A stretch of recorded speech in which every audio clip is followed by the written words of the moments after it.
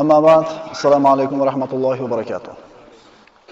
Hammamiz har kuni eshitamiz shunga o'xshagan gaplarni. Har kuni. Eshitdinglarmi? Palonchi mana bo'pti. Shuna bo'ptimi? Eshitamizda palonchi aytdi.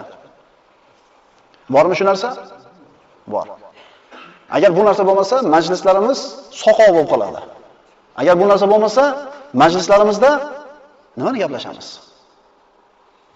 Bilib bilmasdan, tekshirib-tekshirmasdan odamlardan eshitgan gaplarni ko'tarib yurishlik kishini yolg'onchi ekanligiga yetarli dalil bo'ladi. Bugungi suhbatimizning mavzusi hammalarga ma'lum bo'lgandek, odamlarda ayblarini, avratlarini qidirib fosh qilishlik. Bu shu darajada ko'p bo'lib ketganki, hayotimizda bu narsani badbo'y, sassiq narsa ekanligi siz bilan bizni burunlarimiz farqiga bormay qolgan.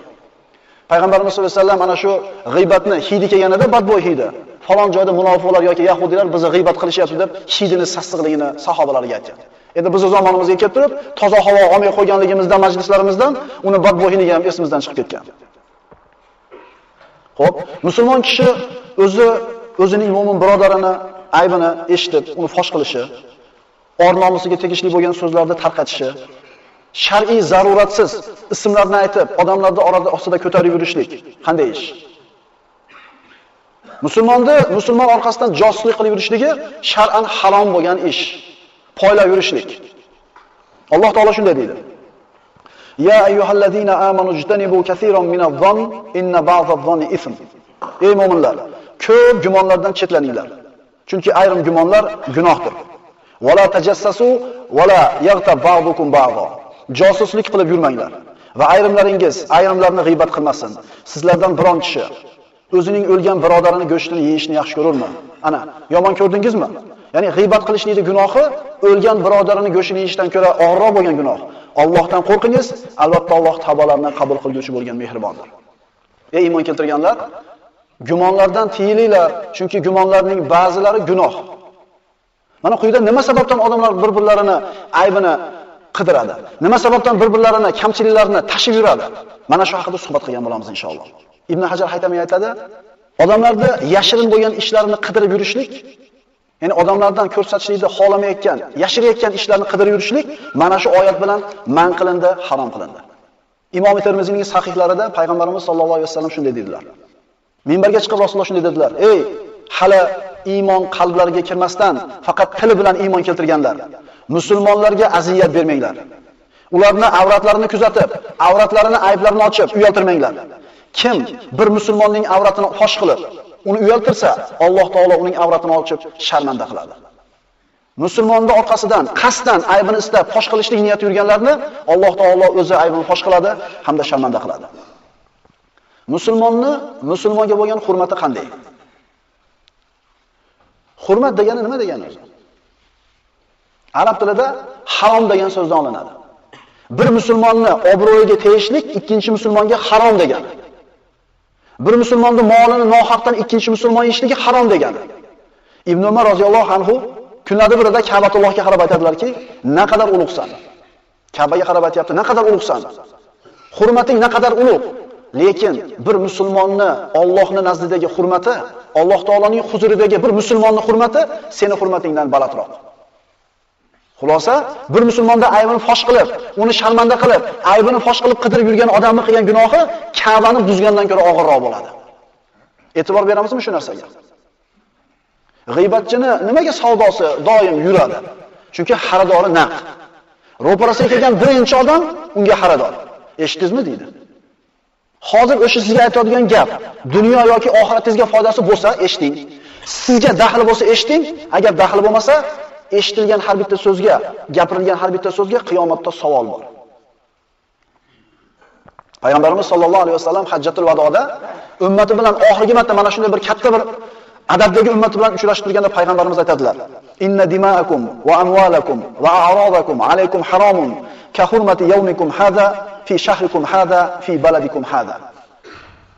Rasululloh Hajjatul Vadoda shunday dedilar: "Bu kuningiz, ya'ni ana shu Arafatda turgan kuningiz, shu oyingizda, shu yeringizda harom bo'lganidek, sizlarning qonlaringiz, mollaringiz va obro'laringiz o'rtalaringizda bir-biringizga haromdir."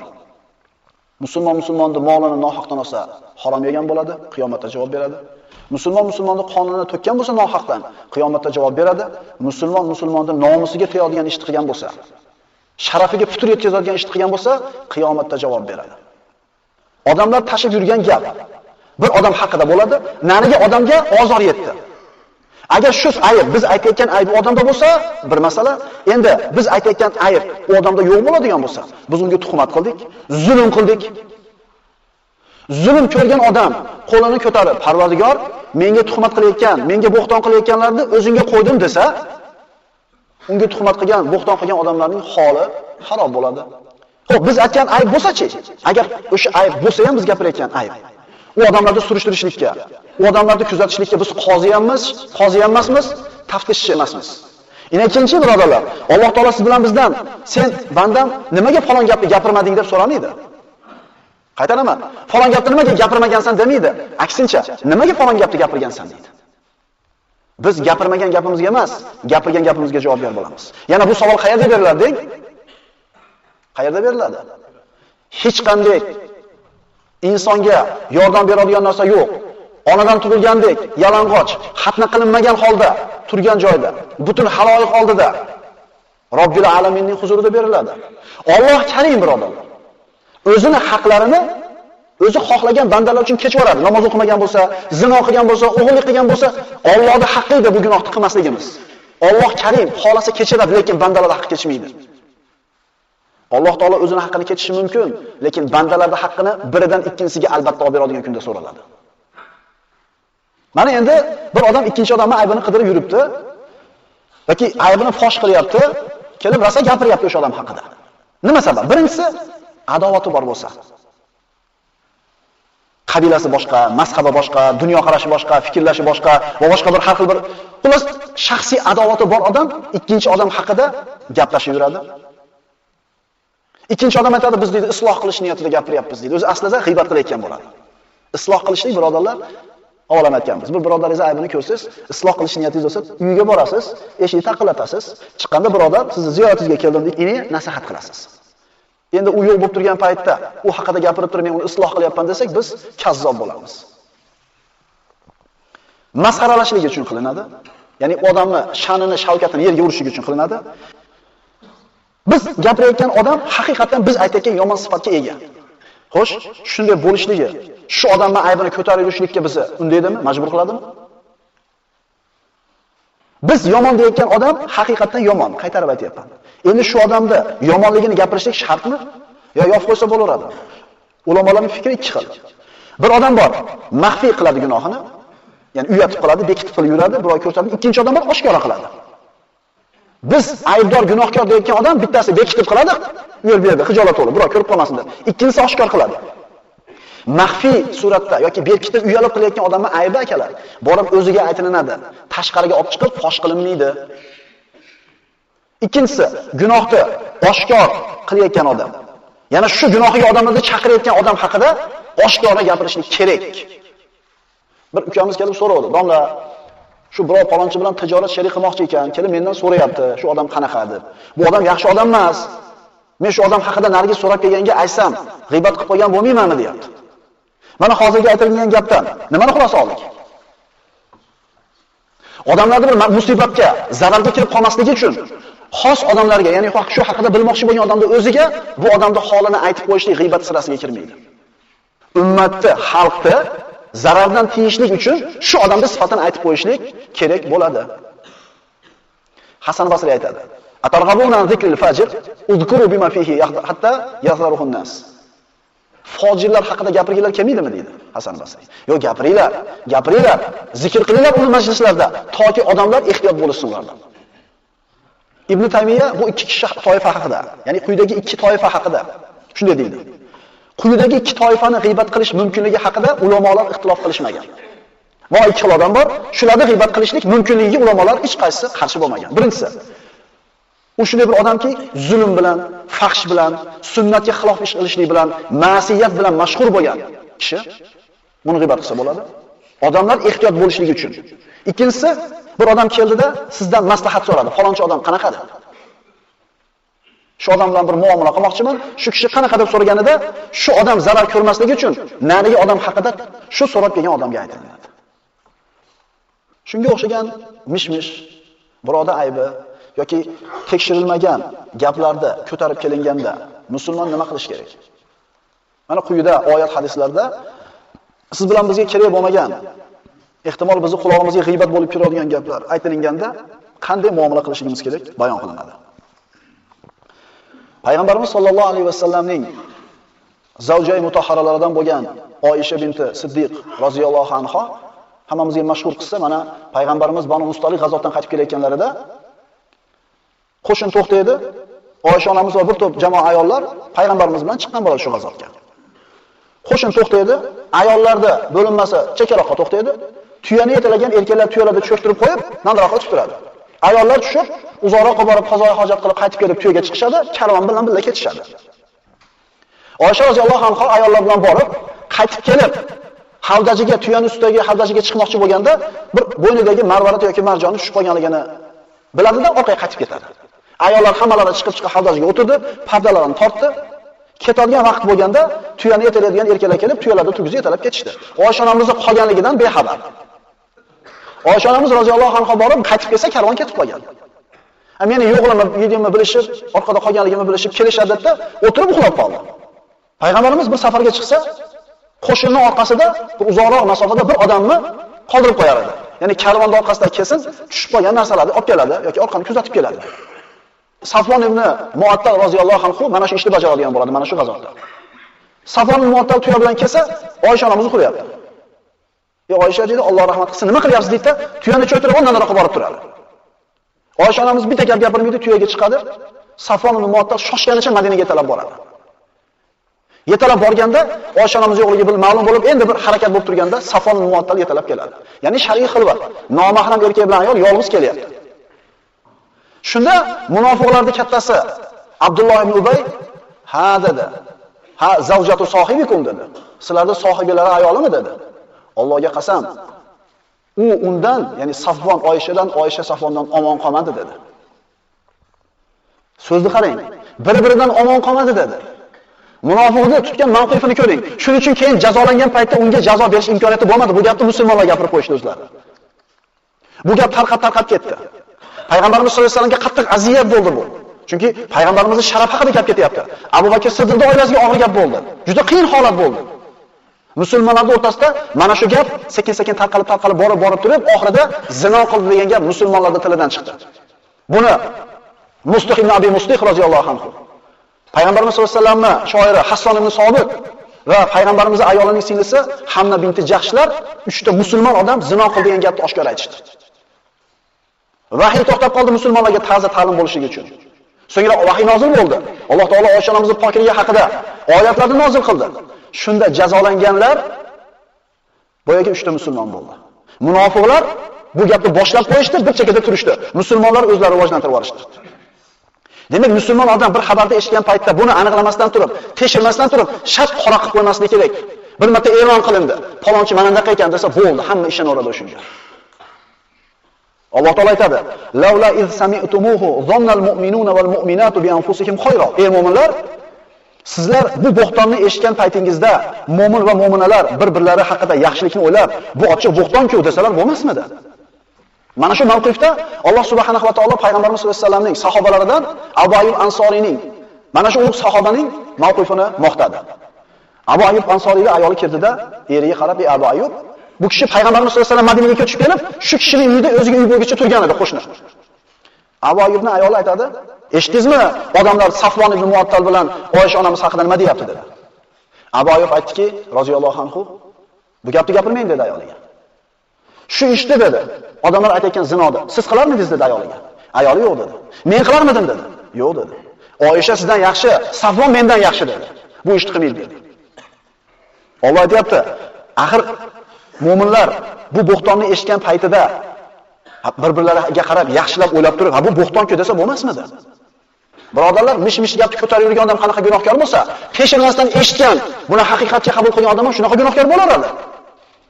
Tekshirmasdan bir ish qilib qo'yishlikning oqibati nima? Alloh taolo aytadi: "Ya ayyuhallazina amanu in ja'akum fasiqun binaba'in fatabayyanu an tusibu qauman bijahalatin fatusbihu ala ma fa'altum nadimin." Ey mu'minlar, agar sizlarga bir fosiq kimsa biror xabarni keltirsa, sizlar uni haqiqatini bilmagan holingizda biror bir qavmga musibat yetkazib qo'yib, qilgan ishingizga afsus, nadomat chekib qolmasliklari uchun kelgan xabarni aniqlanglar. Alloh taoloning buyrug'i kelgan xabarni tekshirishligimiz. Eshitgan gapni endi tarqatib yurishlikka kelsak. Bu to'g'ridir, noto'g'ridir eshitdik. Endi nima qilish kerak bu gapni? Alloh taolo aytadi: "Laula iz sami'tumuhu qultum ma yakunu lana an natakallama bihada." Uni eshitgan paytingizda, bu mishmishni so'zlash biz uchun joiz emasdir desangizlar bo'lmasmidi? Biz gapirmaymiz bunaqa gapni. Desanglar bo'lmasmidi? Payg'ambarimiz sollallohu alayhi vasallam aytadilar, Sahih Muslimda keltirilgan hadis: "Qala Nabiy sollallohu alayhi vasallam kafa bil mar'i kadiban an yuhaddisa bi kulli ma sami'a." Eshitgan har bitta narsasini gapirib yurishlik kishining yolg'oniga, ya'ni yolg'onchi ekanligiga kifoya dalil bo'ladi. Eshitgan har bitta gapini ko'tarib yurishlik bir insonning yolg'onchi ekanligiga kifoya dalil bo'ladi. Xo'p, eshitdik bir xabar. Nima qilamiz? Indamay o'tiraveramizmi? Alloh taolo aytadi: "Va idza ja'ahum amrun min al-amni aw al-khawfi adha'u bihi wa law rudduhu ila ar-rasuli wa ila ulil amri minhum la'alimahu alladhina yastanbitunahu minhum wa law la fadlullohi alaykum wa rahmatuhu lattaba'tumush shaytona illa qalila." Mana shu oyat o'zi bizga kifoya qilar edi bugungi ma'ruzamiz uchun. Qachonki ularga tinchlik yoki xavf va xatar xabari kelsa, uni yoyib yuboradilar. Eshitadi-da, qanday eshitgan bo'lsa, shunday qo'shib turib yana ozgina tarqatadi. Alloh aytayapti, agar ular o'zlariga kelgan xabarni yoyib tarqatmasdan payg'ambarga va o'zlaridan bo'lgan boshliqlargagina yetkazganlarida edi, ya'ni mana shu xabarda to'g'ri noto'g'riligini bilmoqchi bo'lgan kishilar o'shalardan bilib olardi. Bir xabar keldi, to'g'rimi, noto'g'rimi, mumkinmi, mumkin emasmi? Payg'ambardan so'rash kerak deyapti. Endi payg'ambar yo'qmiz zamonimizda dinini tushungan ustozlariga, dindorlarga borib turib so'raganida shu ishda haqiqatini bilib olishgan bo'lar edi. Agar sizlarga Alloh taoloning fazli marhamati bo'lmaganida edi, ayrim kishilardan tashqari hammangiz shaytonga ergashib ketgan bo'lar edingiz. Oyatdan shuni tushunamizki, demak, bu odamlarda ozginasilar eshitgan gapini olib borib tekshirib turib keyin ishonadi. Endi ko'proq qismi eshitib shunday ketaveradida shaytonga ergashib ketadi. O'zi hayotda paydo bo'layotgan odamlar o'rtasida bo'ladi-yu, muomalalardagi muammolarni surishtirsa 80-90% shu gap tashlikdan kelib chiqadi. Agar boshida shu nasihat qilib qo'ysa, bo'ldi, yig'ishtir bunaqa gapni, aka men biz oldimizga deb turib, nasihat qilib og'zi yopib qo'yilsa-chi, 90% muammo bo'lmas ekan. Ayb kimda ekan? Tilimiz bilan qulog'imizda ekan. Ma'siyatga ergashgan, shunga o'xshagan gap tashlayotgan yoki bir xatoga kirgan inson bilan qanday muomala qilinadi? Esdan chiqmasin, hammamiz ham xato qilamiz. Hammamizda ham ayb bor. Payg'ambarimiz sollallohu alayhi vasallam oldiga Muoz roziyallohu anhu keldida, "Ya Rasululloh, men zino qilib qo'ydim" dedi. "Men zino qilib qo'ydim, meni poklab qo'ying" dedi. Payg'ambarimiz shunday yuzini burib oldi. Ya'ni eshitmagandek qilib, aybingni ochma degandek qilib teskari qarab oldi. O'zi gunohini e'tirof qilib kelsa, payg'ambarimiz tavba qil, uni aytma, oshkor qilma deyapti. Biz bunaqa bir go'zal axloqdan qancha uzoq bo'lib ketganmiz. U bizga kelib aytmaydi, "Men mana gunoh qildim" deb. Biz eshitib turib nisbat qilib qo'yamiz gunohni. Ma'siyatga kirgan kishi bilan qilinadigan ishlar. Birinchisi yomon ko'ramiz. Shu ma'siyat qilgan odamni, shu qilgan ishini yomon ko'ramiz, o'zini emas. Chunki yomon qilgan xatosi ikkita bo'lsa, fazilati 10 ta. Bitta qilgan xatosi, bizga nisbatan qilgan bitta kamchiligi Allohga fazilatini yubormaslik kerak. Qaytarib aytaman, biz birodarimizning qilgan xatosini yomon ko'ramiz, o'zini emas. Ikkinchidan, aybini berkitishlikka harakat qilamiz. Payg'ambarimiz sollallohu alayhi vasallam aytadilar, Sahihaynda Ibn Umar roziyallohu anhudan, "Man satara musliman satarahullohu yawmal qiyamah." Kim bir musulmon birodarini aybini bekitsa, Alloh uni aybini qiyomat kunida bekitadi. Birodarlar, qiyomatda Alloh fosh qilib qo'ymasin, chunki biram-biram ayblarimiz bor. Uni Allohdan boshqa hech kim bilmaydi. Alloh taolo qiyomat kunida bir bandani hisobga olib keladi mu'minda, ustini shunday o'rab qo'yadi. Qo'liga kitobini berib qo'yadi. Fa amma man utiya kitabahu bi yaminihi, ammo kimning kitobi o'ng qo'lidan berilsa, u bo'yicha Alloh taolo o'rab qo'ygan satrning ichida turar ekan, kitobini o'qiydi. Gunohi yetarli, halok bo'lishi aniq. O'qib bo'lib halok bo'lishi deb turganida Alloh taolo dunyoda seni ayblaringni yashirganmanmi deydi. Dunyoda sharmanda qilgan emasmanmi? Endi bugun ham seni sharmanda qilmayman. Yana bir marta kitobingni o'qi deydi. Kitobini ikkinchi marta ochib qarasa, birorta xato qilmagan bo'ladi. Alloh taolo boyga pardani ko'tarib tashlaydi. Ha, uni Qur'on kitobiga. Odamlarning ko'zida bu odamning kitobida bitta gunoh yo'q bo'lib ko'rinadi. Ko'ringlar meni kitobim mana deydi. Inni zonantu anni mulaqin hisabiya. Chunki bir kun men hisob kitobga bo'lishimni, hisob kitobga ro'baro bo'lishimni bilardim. Fa huwa fi aishatin rodiya. Endi u rozi bo'ladigan hayotda. Savol beraylik o'zimizga. Men ham bir 2 marta yo 3 marta biroda aybini bekitganmanmi eshitganimda? Istash kerak unaqa narsani.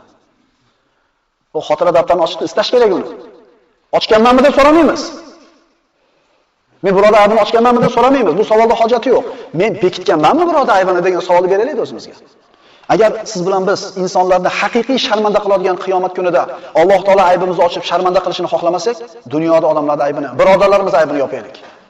Xatoga, adashlikka tushgan musulmonga qiladigan muomalarimizdan yana bir turi muloyimlik va yumshoqlik. Bu gapni gapirsang, odamlar hayron bo'ladi. Qanaqa qilib muloyim muomala qilasiz? Xatoga ketgan, gunohga kirganga. Umar ibn Hattob roziyallohu anhu oldiga Shomlik bir kishi kelardi, ulfatchiligi bor edi. Birdan yo'q bo'lib qoldi. Umar ibn Hattob falon kishiga nima bo'ldi kelmay qo'ydi deb so'raganida ashoblar "Ya Amiral Mu'minin, araqqa berilib ketdi bu odam" dedi. Umar ibn Hattob araq ichgan kishiga qanaqa muomala qildi? Kotibini chaqirdi. Yoz dedi. Bismillahirrohmanirrohim. Alhamdulillah, assalatu vassalamu rasulillah, amma ba'd. Umar ibn Hattobdan falonchiga. Senga salom bo'lsin. Albatta, qudratli va bilguvchi, gunohni mag'firat qiluvchi, tavba tazarruni qabul qiluvchi, azobi qattiq va in'om ihson egasi bo'lmish Allohdir. Undan o'zga iloh yo'qdir, magar uning o'zigina bordir. Faqat uning o'zigina qaytarilur. Shu xatni yozdi. Qaytaramiz. U qudratli va bilguvchi, gunohni mag'firat qilguvchi, tavba tazarruni qabul qilguvchi, azobi qattiq, in'om ihson egasi bo'lmish Allohdir. Hech qanday iloh yo'q, magar uning o'zigina bordir. Faqat uning o'ziga qaytarilur. Boyaga kishiga maktub yetganda maktubni o'qidi. Qayta o'qidi, yig'ladi. Qaytarar edi. Gunohni mag'firat qiluvchi, tavba tazarruni qabul qiluvchi, azobi qattiq. Bu oyatlarni qayta o'qir ekan, sidq dildan tavba qildi. Umar ibn Hattob maktubni yozayotib aytganida sahobalariga, duo qilinglar birodarlar haqiga. Qalbi bilan Allohga qaytsin dedi. Chunki payg'ambarimiz sollallohu alayhi vasallam aytgandilar: "La takunu avna shaytoni ala akhikum." Birodaringizga qarshi shaytonning yordamchisi bo'lib qolmanglar deganlar Imom Buxoriyda. Demak, bir birodarimizni aybi kelsa, bir birodar kamchiligi aytilsa, uni yomonlab, uni yana ham yerga tiqib, shaytonga yordamchi bo'lishida o'rniga yuqorida aytilgan oyat hadislarga amal qilib tekshiraylik, bilmasdan bir gapni gapirmaylik va bilmasdan bir gapni tarqatib gunohkor bo'lmaylik. Aqulu qawli hada va astagfirulloh li va lakum. Assalomu alaykum va rahmatullohi va barakatuh.